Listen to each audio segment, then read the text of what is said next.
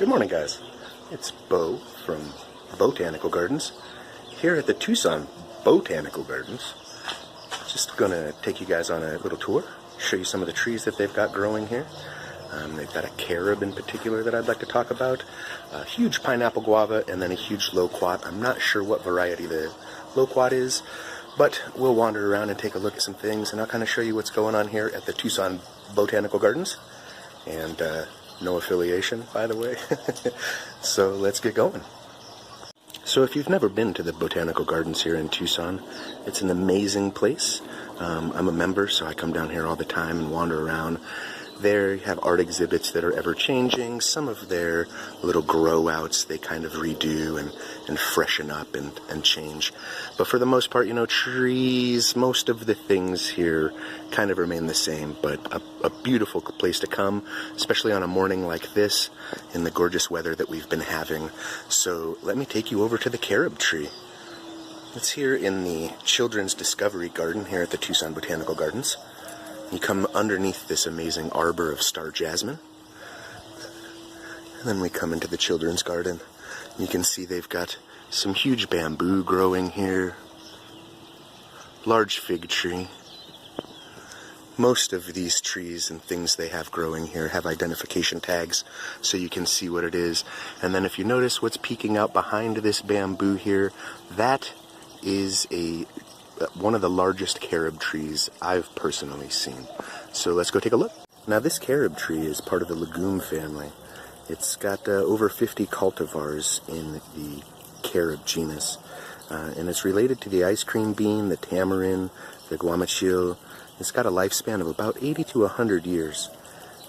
These carob trees are evergreen. They grow to about 30 to 40 feet high and equally as wide.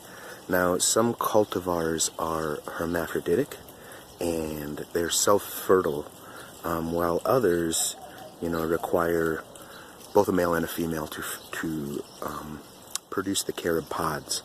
Now, these bloom from late summer to early fall. They typically require a male and female, as I said, to fruit, and only the female varieties make the seed pods. Now, there are some varieties that we'll talk about here in a minute that are self-fertile, and I will list those for you in a second. Now, it's 6 years to fruit for a grafted variety when you buy one of these trees at a nursery. From seed, it takes quite a bit longer typically. Now the time to ripen, so we'll go over here in a second and look at one of the seed pods. Now from when you see those seed pods, it's about 11 months to harvest that seed pod from the moment they form, and as soon as they're brown you can harvest those seed pods. It's typically recommended that you harvest them as soon as they turn brown, because like a mesquite bean, if they get rain on them or if they get wet, if they fall on the ground and get moist, they can ferment and can make you quite ill. So their yield is a 6-year-old tree can actually give you about 5 pounds of seed pods. A 12-year-old tree, roughly 100 pounds, and in ideal conditions, a 20-year-old tree, as I would assume this one is, possibly older, can produce up to 500 pounds. With good management and someone that really knows what they're doing. Now, once you harvest those seed pods, you want to keep them dry in a well-ventilated area, and they'll actually store for several months. And one of the interesting things about these carob trees is they're a nitrogen-fixing plant. They have a deep taproot and very aggressive surface roots, so not really recommended that you plant these close to any structures that you really care about, as they could do some damage. Now, the self-fertile varieties that I was talking about would be the Clifford, the Santa Fe, and the Tentillo. And of those, the Santa Fe has the best flavor in my opinion. Now, unlike cacao, if you plant these in your yard, you do not have to worry about any toxicity for your pets. These are perfectly safe, unlike the cacao plant. So, and if I did not mention, and if you do not know, carob, once you open up the seed, I wish there was a ripe one here so I could show you the inside of the pod. It's basically like an ice cream bean As I mentioned, they're closely related. So once you open up that pod, of course you don't eat the seeds, you just kind of eat the meat that's around the seeds inside the pod. Now, these carob trees have been cultivated for over 4,000 years. An interesting fact is the carob seed was used as a means of weight due to the seed's uniformity, and the word carat actually comes as a derivative of the word carob, and a pure Roman gold coin called the solidus weighed 24 carob seeds, and that is where the word carat was derived from. And carat also became used to define the purity of gold, with 24 being the purest form of gold there is. So kind of an interesting little fact about the carob tree. You know, it's tied to gold, and it tastes amazing. Now, these are good in zones 9 through 11. They're hardy down to around 20 degrees Fahrenheit. They don't require any chill hours to produce the pods. They're very heat and drought tolerant. You're going to want to water them if you get these as a little plant. You're going to want to water them weekly the first 2 years, and then once established, it's only about 1 to 2 times a month, so they don't take a lot of water. They come from arid parts of the world.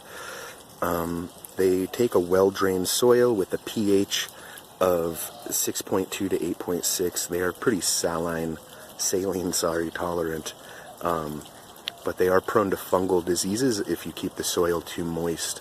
So again, they really like kind of a dry environment. Again, since they don't like wet soils, you won't want to plant them near lawns, or, you know, some people were thinking about planting them next to banana trees. I've been asked that, since bananas are nitrogen lovers. Bananas require too much water for this tree to be a companion plant for. And now let's go over and take a look at this tree. I'll show you. I think I saw a seed pod on here. So the foliage is a beautiful green. Oh, here's a little seed pod. You'll see there's a bunch growing in here. Now, it's said that you can eat the seed pod milk when they are this small. It's very bitter when it's taken right off the tree. So I'm not sure how you process that, but I prefer to eat them when they're dry. And again, you just eat the meat from around in the seed. They are a great shade tree. They're not the fastest growing tree, but given optimal conditions, I have a small one that grows an average of 10 inches a year, 12 inches a year. So once it gets established, hopefully it'll grow a little faster than that. But I think that's about on par for what they do. And this, my friends, is the amazing carob tree here at the Tucson Botanical Gardens.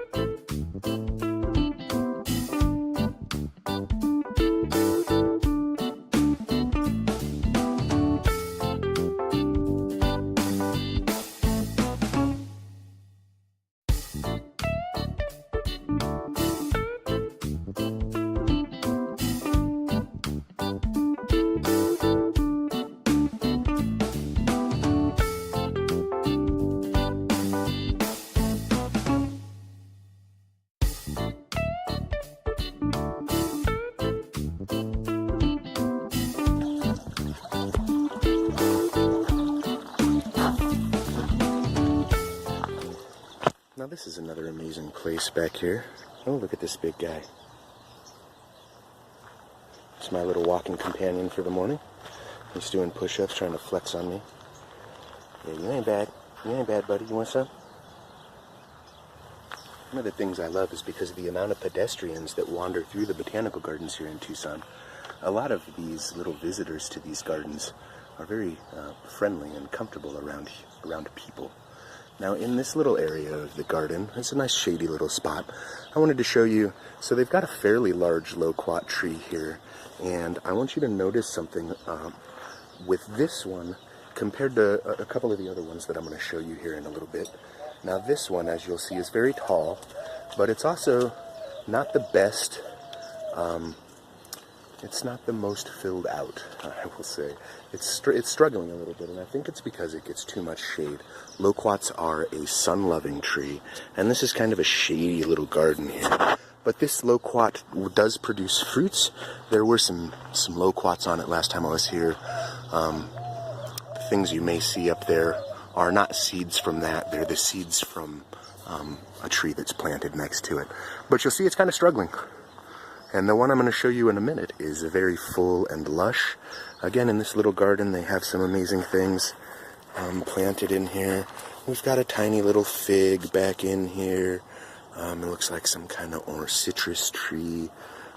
They've got a large jujube here, I believe this is. Again, we've got some little alligator lizards down here. Eating their breakfast. Oops.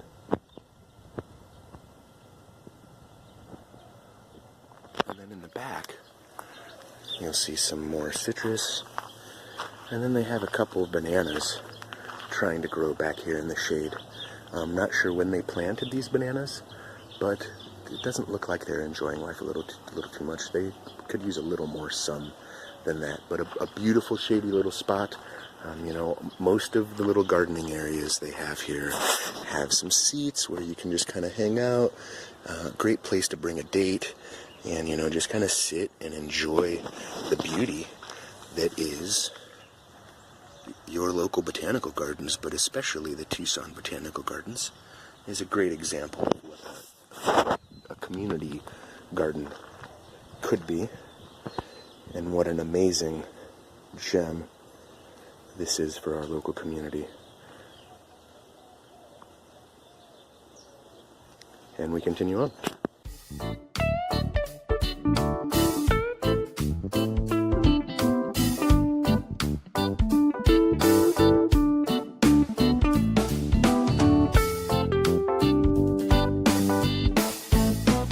And as you know, I like to focus on edible trees and trees that you can get something to eat from as you water. Now, but this here is a beautiful tree. Let's see if I can get you a better shot of this flower here. Gorgeous tree. This is a hibiscus, Hibiscus syriacus, rose of Sharon. And it's a gorgeous hibiscus specimen. If you love hibiscus, this could be a fantastic cultivar for you to grow in your garden. Again, in a shady little spot. It seems to love it here, and it's got blossoms coming up all over it. A beautiful little hibiscus tree.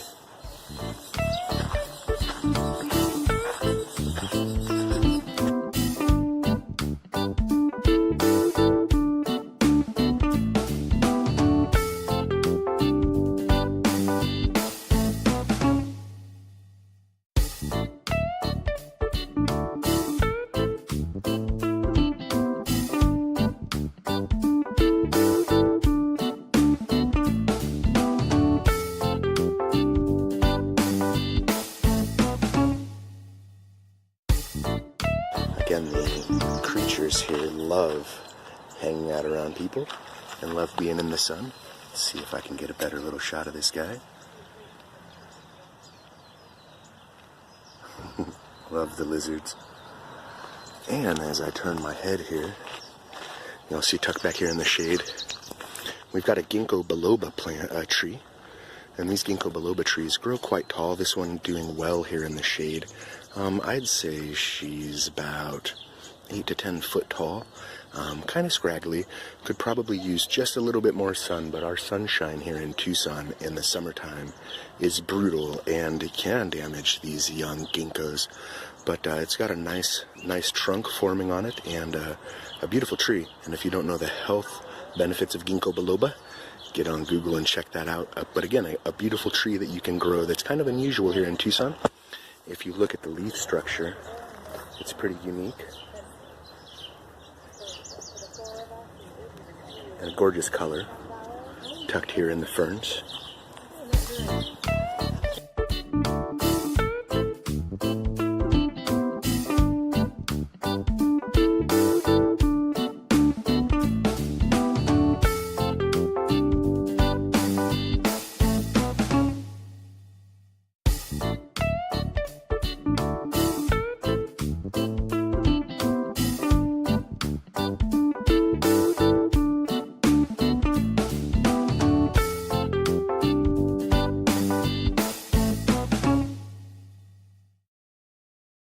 This place used to be a nursery. There was a family that lived here. I'll get into the history of that here in a minute. And so this was a landscaping company at first, and then he developed it into a nursery where you could come and buy plants and trees, and, you know, began planting many things through the yard here. And then once the family passed on, they donated the property to the city. And it became what it is today, Tucson Botanical Gardens. And again, an amazing jewel here in the heart of Tucson. We're getting close to one of my favorite trees that they have growing here at the Botanical Gardens. And we've got the very large pineapple guava. Beautiful specimen of a tree. Actually, I think there's a larger one in the back here. And then, as you'll see, there's a smaller little one growing here. Not sure if it was due to fruit falling or how that worked. Last time I was here, you know, the flowers were all over this tree. And I was introducing people, probably frowned upon by the Botanical Gardens, but I was introducing people to what those petals taste like. And they are so amazingly delicious. Unfortunately, it looks like all of the petals are gone, and we're just left with what will soon be fruits. So let's explore this tree. Now, this amazing pineapple guava is actually not really a guava. It's a Acaciloiana. It's from southern Brazil. It's native to southern Brazil, northern Argentina, Paraguay, Uruguay. It kind of prefers temps in the 80s to 90s. It's tolerant down to 15 or 20 degrees, so grows very well in a number of zones. Tucson area, it grows amazing. Flower production suffers in areas with less than 50 chill hours, so it does need some cold time.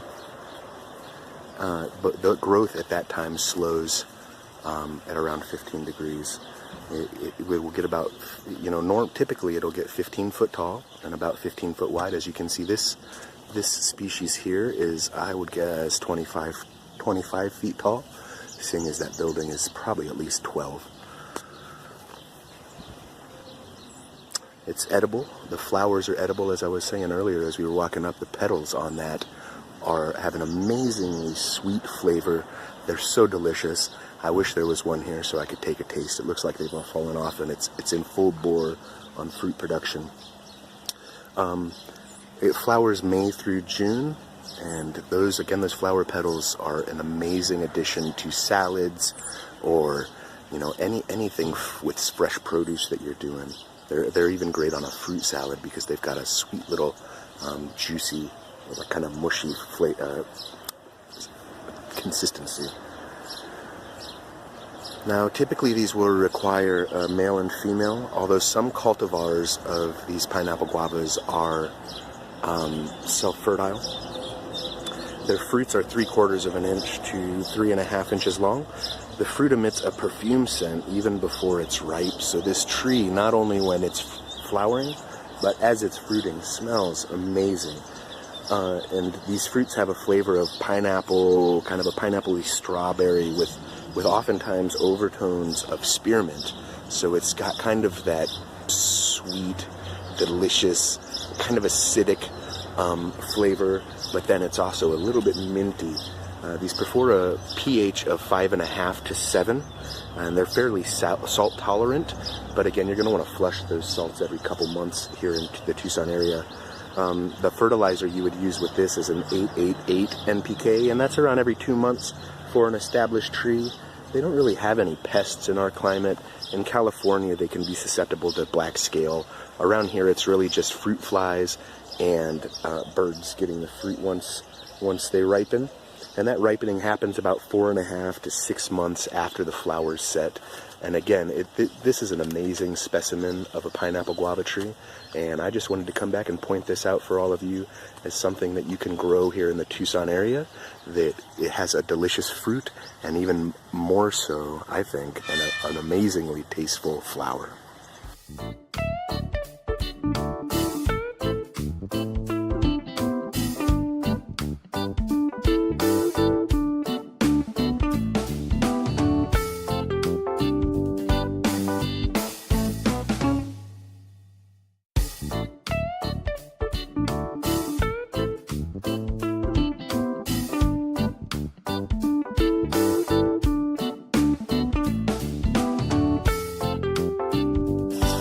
So we'll continue the long way around to the loquat tree that I want to show you. And again, this is such a magical place. I recommend that everyone come down here and gain membership. I think my membership was $50 for 2 people, and it includes 2 guest passes and subscription to Home and Garden magazine. It's really a great deal, and then you can come down here whenever you want. If you come single time, it's $15, I believe, per visit. So if you come 2 or 3 times in a year, you might as well just get a membership. And now that I've had a membership, I come down here all the time. It's kind of another little place here in Tucson that I can come and meditate and do my little Zen thing and de-stress. Great to wander around on a morning. And there's always something new to see here. It's a fantastic place.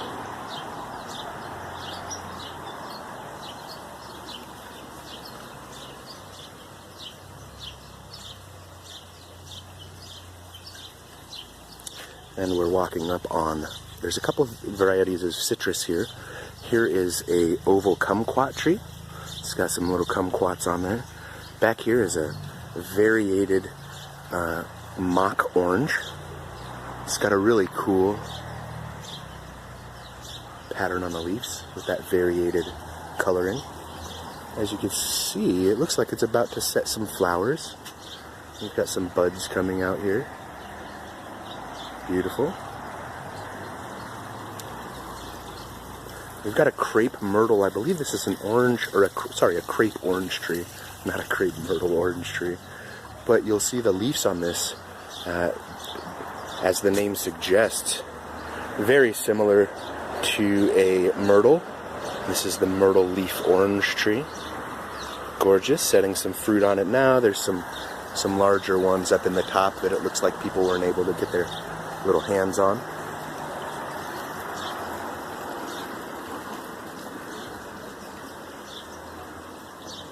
Large olive tree. These get a bad name because of the amount of pollen that the males produce, but females are amazing. And there's so many things here in Tucson that produce pollen. Look at this tree flowering over here. I can only imagine the amount of pollen that comes off of this. So I don't know why we've got to be tree haters. Take your Benadryl and let people grow what they want. My opinion. Grapefruit tree. Large specimen. Been producing fruit for, I can only imagine, close to probably 80 years. As has this pomegranate tree. Look at how old and withered this pomegranate tree is. It's amazing. And they're creating it almost like a little bonsai bush. I absolutely love it. And again, this pomegranate tree is 80 years old.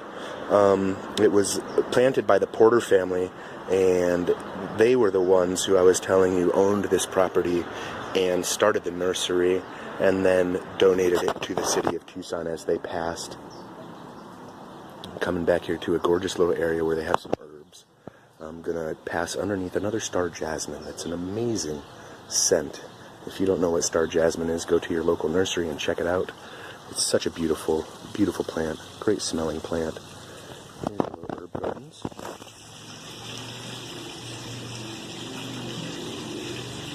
So many creative ideas in this space that you can do very simply at home. These trellises would be very easy to create.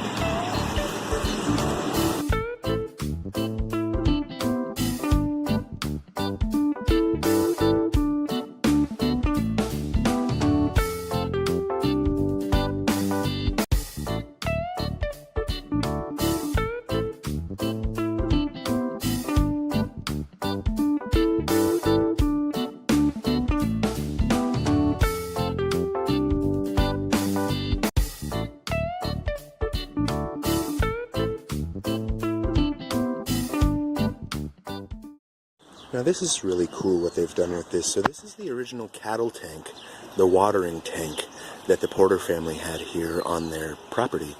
And what they've done with this is they've kept it and created this cool little wall. And it says here, you can still see part of the cattle tank that was installed in 1938. It sat on a concrete base and was used every summer as a swimming pool before their water was released to irrigate the surrounding gardens. The Porters had their own well, as did many residents in the 1930s.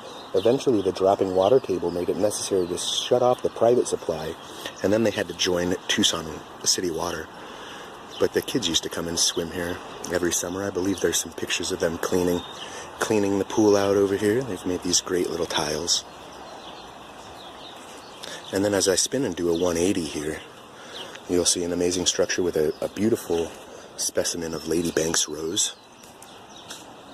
Gorgeous climbing rose. It's beautiful. Only thing similar, I think, would be a tombstone rose. I absolutely adore those two.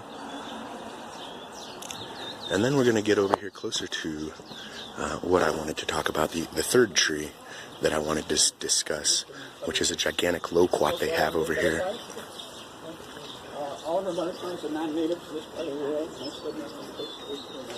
You just kind of see it peeking in, back in here. Gigantic loquat tree. You can see it here right in front of the door to that building there. Giant specimen. I would say 35 to 40 feet tall. Typically these don't get that tall. So let's talk about the loquat. So again, this is a loquat tree. This is related to apples, or medlar, stone fruits, pears, many other trees. It originates from China, and it was introduced to Japan in a couple areas around 1,000 years ago. And it came to America in the 1870s in California. It's a subtropical tree. Well-established trees are hardy to about 12 degrees Fahrenheit. The fruit on these is amazing. The flower bud dies at around 19 degrees Fahrenheit. Male flowers at around 26. And at 25 degrees, the fruit will actually die. The seed will die. Loquats can make a great container specimen as they have roots that go out laterally, not so much a taproot. They get about 20 to 30 foot tall, but as you can see, this one I believe is just a tad bit taller than that. Typically they grow around 10 foot tall. Fruit grows in clusters about 1 to 2 inches long. All the fruit looks like it's shriveling up on this specimen here, but this is one of the more beautiful trees of loquat variety that I've seen. And most of the cultivars are self-fertile. Some require a male. Most of them are pollinated by bees. You can again hand pollinate. These are wind tolerant. They grow best in full sun. They prefer some shade the first 1 to 2 years that you're starting these trees. They grow in a wide varieties of soil. They're wind tolerant. They like a light and loomy soil, but they can also take clays and limestone. You want to fertilize these regularly with light applications of nitrogen fertilizer. Too much nitrogen can reduce the flowering and the fruit setting on these trees. And typically you'll want to do about a pound of 666 fertilizer 3 times a year. The propagation on these seeds, typically planted from rootstocks, can be propagated onto quince stalks, and that makes them a little more hardy to cold temperatures. Now grafted fruit on these will set in 2 to 3 years. A seeded variety, if you want to plant straight in the ground, a seed can take 8 to 10 years to give you fruit. Now 90 days after flowering is when the fruit production will be ripe. and unripe fruit will not ripen off of the tree, so you're going to have to leave the loquats on the tree until they are finished fruiting. Now the orange-fleshed varieties, there's about 15 to 20 varieties of loquat. The orange-fleshed varieties would be the Big Jim, Early Red, Gold Nugget, the Mogi, the Miss Cooksey, the Strawberry, the Tanaka, and the Wolf. Now the white-fleshed varieties of this are going to be the Advanced, the Ben Lair, the Champagne, Herd's Mammoth, Victory, and the Vista White. And this is such an amazing fruit. If you have never tasted these, man, go find somewhere to get a loquat. They're one of the most delicious fruits I've ever had. This is probably by far one of my favorite things to grow in the Tucson area. It does amazingly, and as you can see, they have a tendency to get quite large if you'll leave them in the ground for 30 or 40 years.